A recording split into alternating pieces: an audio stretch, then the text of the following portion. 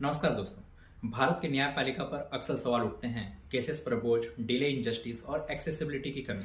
लेकिन अब digital India के दौर में ई कोर्ट्स प्रोजेक्ट फेज 3 इस सिस्टम को बदलने जा रहा है। इसका मकसद है टाइमली, फेयर और एक्सेसिबल जस्टिस। अब डिस्ट्रिक्ट से लेकर हाई कोर्ट तक पेपरलेस फाइलिंग, ऑनलाइन हियरिंग और डिजिटल रिकॉर्ड्स पर फोकस होगा। आर्टिफिशियल इंटेलिजेंस और ऑटोमेशन का इस्तेमाल करके केस फ्लो मैनेजमेंट बनेगा। पर क्यों जरूरी है ये कदम? आज इंडिया में 5 करोड़ से ज़्यादा पेंडिंग केसेस हैं। लोअर जुडिशरी में इंफ्रास्ट्रक्चर गैप और डिजिटल एक्सेस की प्रॉब्लम सबसे बड़ी चैलेंजेस है।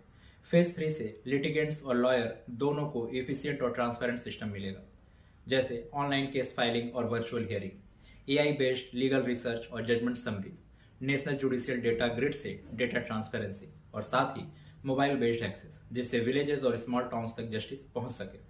इसका इम्पैक्ट क्या होगा?